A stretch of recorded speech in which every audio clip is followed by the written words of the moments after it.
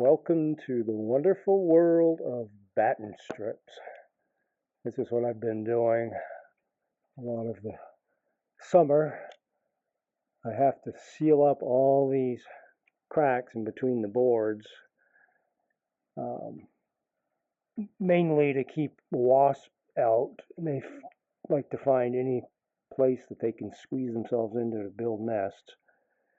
I've had an issue for years.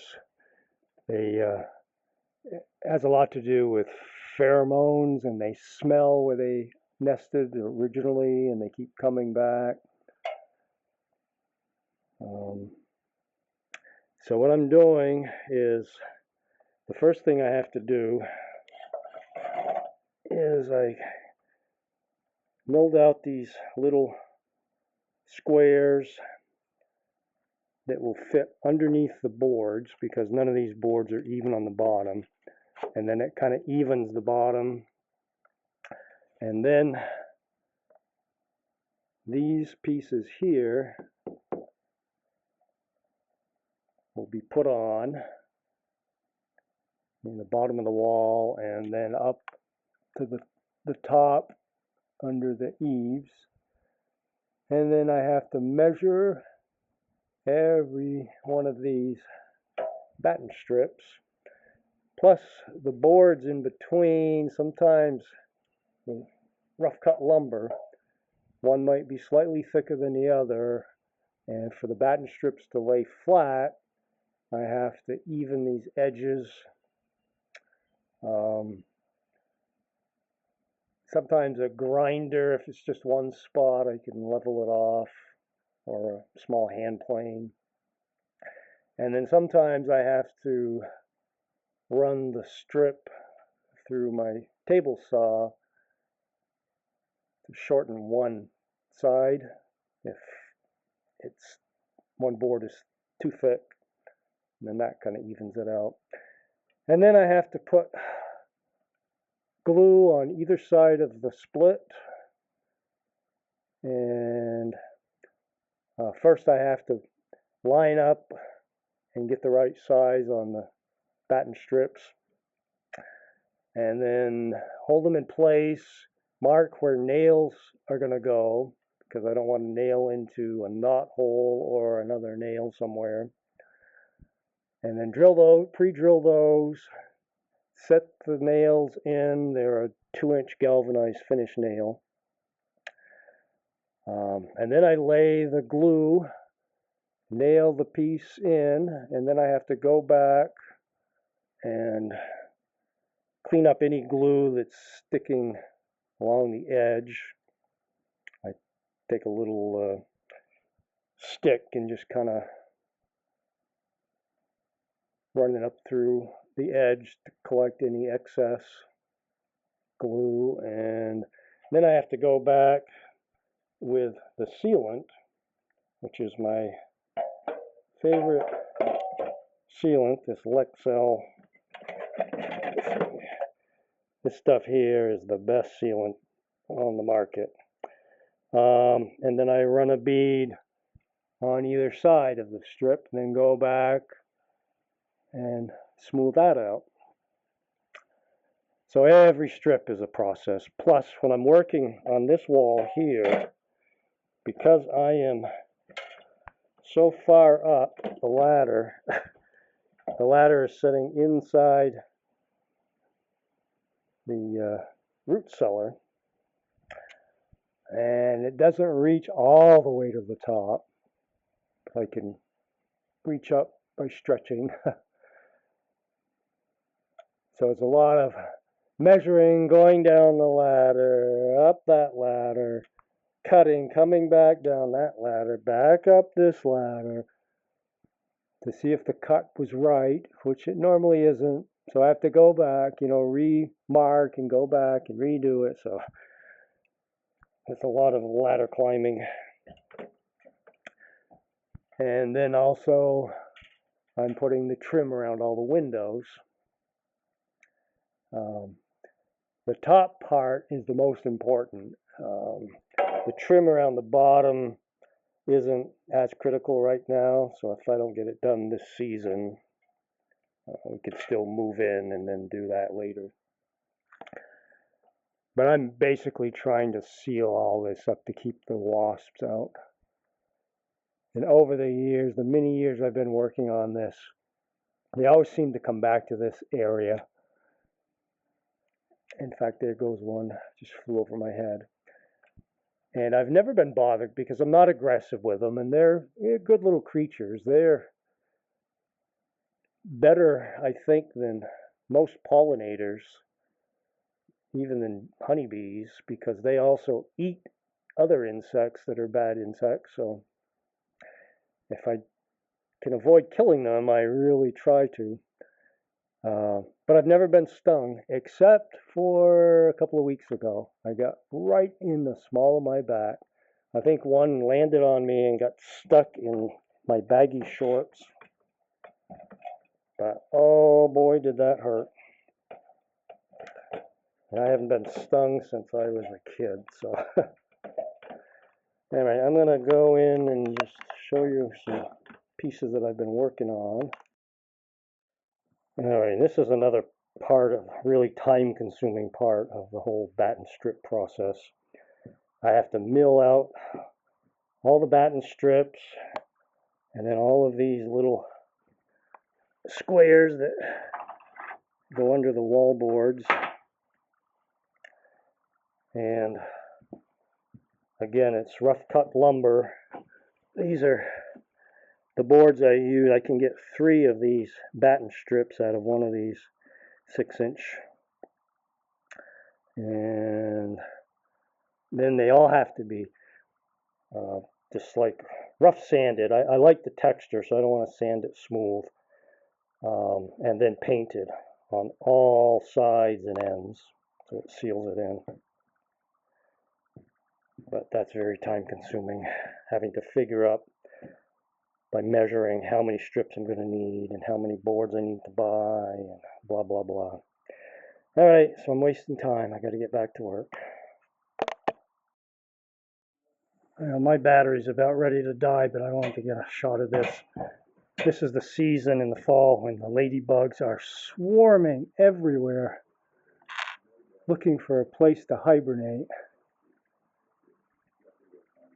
Certain things, as many years I've been working at this, and there's always certain things in the fall, that, like the leaves falling into your forms when you're trying to pour cement.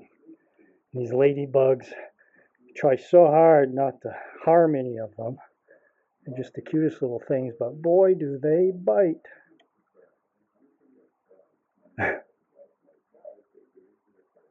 So I just wanted to get a shot of it. Once again, I'm sure I've mentioned this in the past, but all right, I got to get back to my batten boards. Yeah, I haven't recorded recently much because I've been working so hard to try to get these batten strips and window trim up before winter. And unfortunately, winter started earlier this year than normal, cold and the snow, so I've been working on days that are above freezing, because these batten strips, I have to use glue plus nails, so I want to make sure that the glue can dry properly. But I've got a lot done. This whole section, and I'm working on window trim here right now.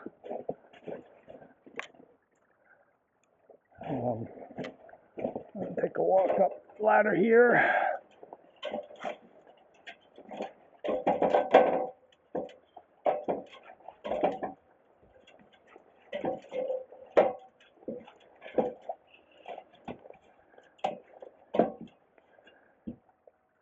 So I put the side trim boards on so that they line up with the bottom of the frame and the top of the frame. It's easier to measure it this way, and then I can measure what the length of the top and the bottom boards are going to be. So that's what I'm working on right now. I have to, when I trim the boards, I always paint the ends. And because it's cold, I have to use a heat gun to dry the paint.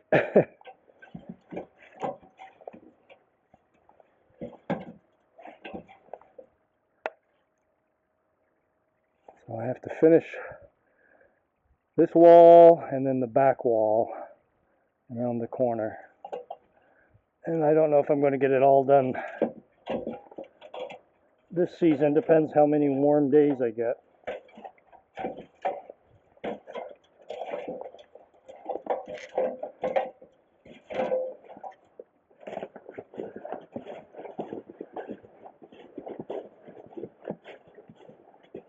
Yeah, I've already had to plow. We had a warm up a few days ago. Got up into the 50s and a lot of the snow melted, and then it rained, so it's icy, but I've had to plow about 4 times so far. Normally we don't get any significant snow until mid to end of December. This year it started in November.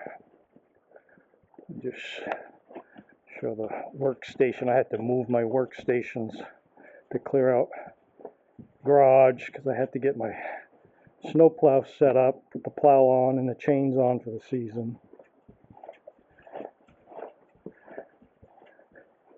So this is where I'm pre-drilling holes. These are the two top, the top and the bottom trim for that window I'm working at. But I pre-drill all the holes, and each hole is drilled at different angles so it holds the board in tighter. So, back to work.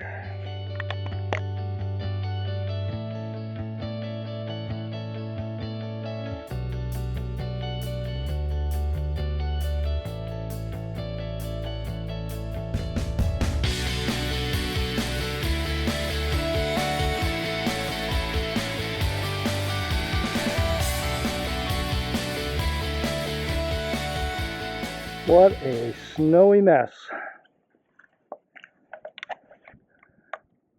I've got to put my snowshoes on and go down to the little cabin there, shovel that roof off before the whole thing collapses. That's the picnic table underneath there. We've had one of the snowiest winters I can remember since I've lived here. I just shoveled that roof off and it needs shoveling again.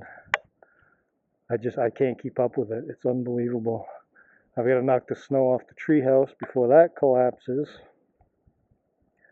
I had a backhoe come in a couple days ago to push back all the snow because there was no place else to plow it.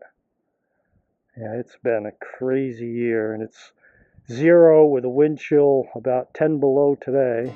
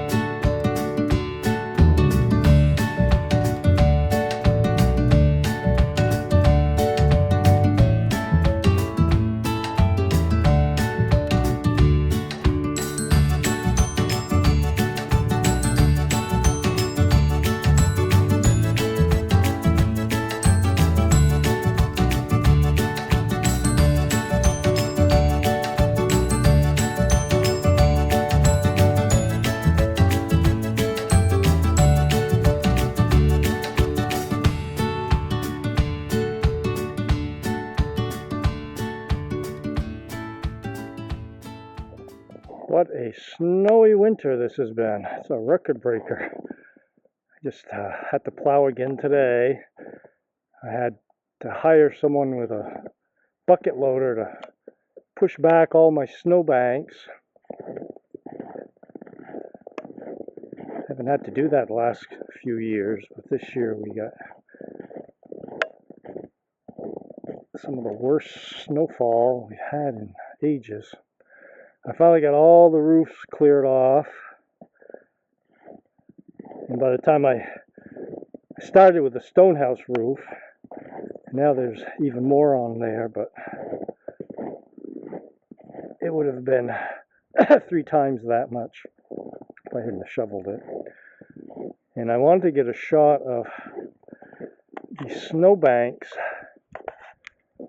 They're so high. This is the Grand Tetons. Get it?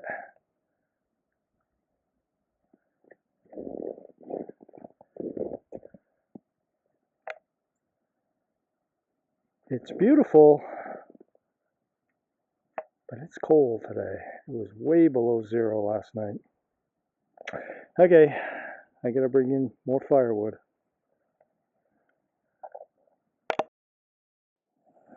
All right, I've had to buy a bunch of fiberglass insulation, and I have to work on the ceiling and the upstairs walls, and it's like 3,100 and something square feet.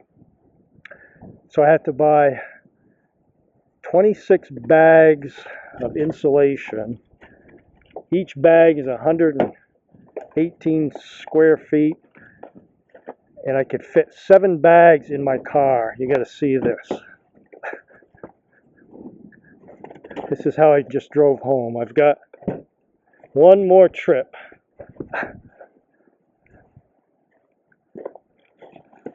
Oh, there it goes, right in the snow. Look at this.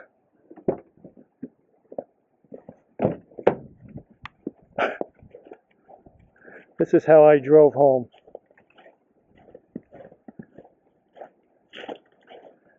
What a lumber wagon. I had to push it down here so I could barely see that mirror on that side. And then I had to wear a face mask so I'm not breathing in all this fiberglass. All right, I've got to unload this, and then I've got to do one more load, and then all my insulation is purchased and home. Okay, back to work. Still doing the rigid insulation in the ceiling. I just wanted to point out this section that I'm working on right here has been really time consuming. The part that goes over, it extends into the eaves. All of these joists I had to notch for this vent pipe to fit.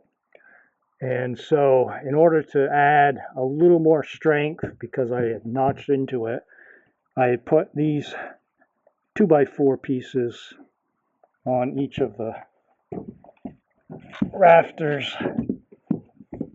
Get over here. There's one here, here, here, and then this last bay is, I've got one there and one here. But in order to fit around these pieces here, it took a lot of special cutting and measuring, and to fit the pieces inside this area, I had to cut like 3 separate narrow pieces, because normally when I'm fitting in a piece in the rest of the bay in between the rafters, I put nails in along the top as a stopper so it won't go too far up when I push it in place, because each of these are measured so they fit very tight.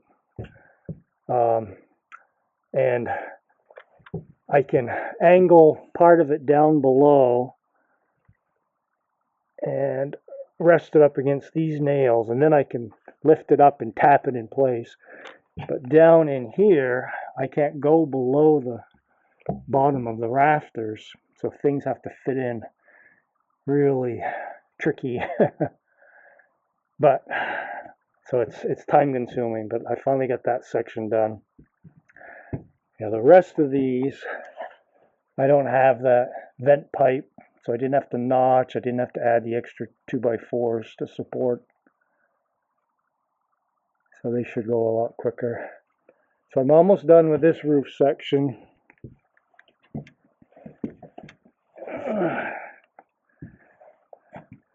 This is the upstairs bathroom. And then I have to do, this is the final ceiling. And once all the rigid foam is in, then I'm putting in fiberglass bats. But those should go a lot easier. It's not as precise in measurement and cutting and fitting like this rigid foam is. Alright, so my battery's about ready to die. Back to work. Now I'm still doing the rigid foam insulation in the ceiling. This is such a long, drawn-out process, but it's necessary. I know I've probably said this before, but the way I'm doing this, you can see this gap. You can see down there the light coming through. That's where it opens up. The soffit vent allows air to come up through, and then it'll travel all the way up to the other end where the soffit vents are up there. So it works like a mini attic. There's like 4 inches of space, and the foam is measured and put in place so that it fits very tight. Oh, it looks like my battery is running low again. Yeah, I'll try to, yeah, I'm going to lose it, I think. But the way I do this is I draw these lines that are the thickness of the foam insulation, and I have these 2 boards that I use. That's for the top line, and that's for the bottom line. So I draw them in place, and then I put nails. These are 3-inch finish nails, and I'll tack 4 of them spaced out on the top line, because I usually cut the pieces 4-inch or 4-foot lengths because they're 4x8 sheets. But there's a lot of area, like I'm doing right now, that has a lot of things in the way, so you can't fit an entire 4-foot piece. So you have to piece in smaller, and that takes up a lot of time. So that is the latest, and my battery's going to die on me, so I will go back to work. Alright, my battery is recharged, so I wanted to finish saying what I was saying before the battery went out on me. This area above the rigid foam, it's like that 4-inch space that I've got drawn out here, works like an attic above the ceiling. In the winter, cool air will be sucked in from the lower soffit vents and then rises up and out the top soffit vents. So it keeps it cool above there, and it keeps the bottom of the roof cool. So you don't get melting over the eaves and ice dams, the cooler you can keep. It's kind of the same way that a good attic ventilation works. Then these pieces I had measured the right angle and cut, and they will be glued and then tacked with a couple of nails. And then I will fit in the rigid foam pieces across. This, because there's not as much room to work, I have to do it in a couple of smaller pieces. And then once I get up here, I can do the full 4-foot lengths up until I get to where the rafters join, and then I have to, like I did over here, you can see there it ends at the end of that rafter. Same thing over here. Right there. I've got to fit one more piece in here up to the end of that rafter.